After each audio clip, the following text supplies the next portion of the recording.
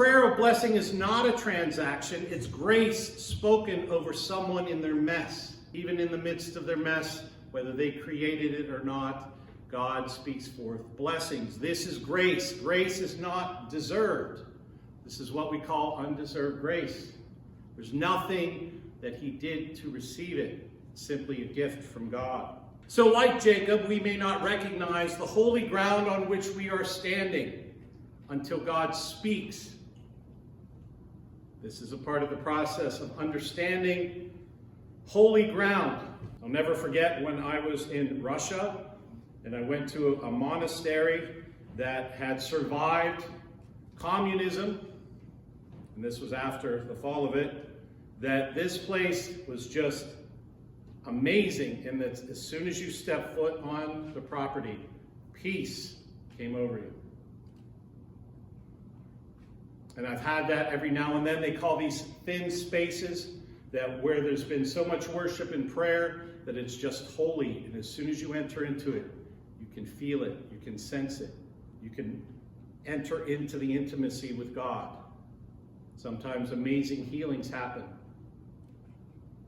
or the Lord may speak to you. So we may be blessed through prayers, and then we're also taught how to pray, that Jesus taught us how to pray, and that's where we get the gift of the Lord's Prayer. Because the disciples said, Lord, teach us to pray. At this point, they didn't say, teach us to heal, teach us how to work miracles, teach us how to preach, but teach us how to pray. And prayer is a learned discipline that we continue to strive to engage in.